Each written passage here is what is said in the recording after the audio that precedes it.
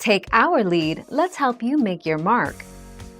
Our goal is your satisfaction. Let us show you the way.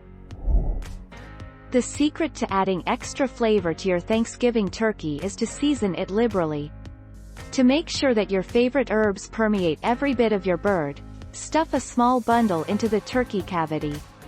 Thyme, sage, parsley and a bit of rosemary are a great combination, but feel free to customize to your taste.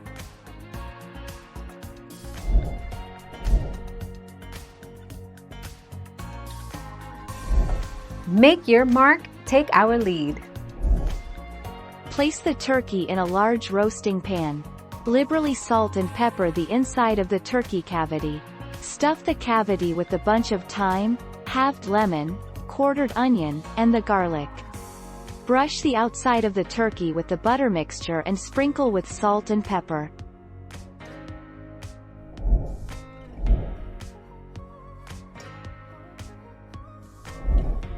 Take our lead. Liberally salt and pepper the inside of the turkey cavity. Stuff the cavity with the bunch of thyme, halved lemon, quartered onion, and the garlic. Brush the outside of the turkey with the butter mixture and sprinkle with salt and pepper.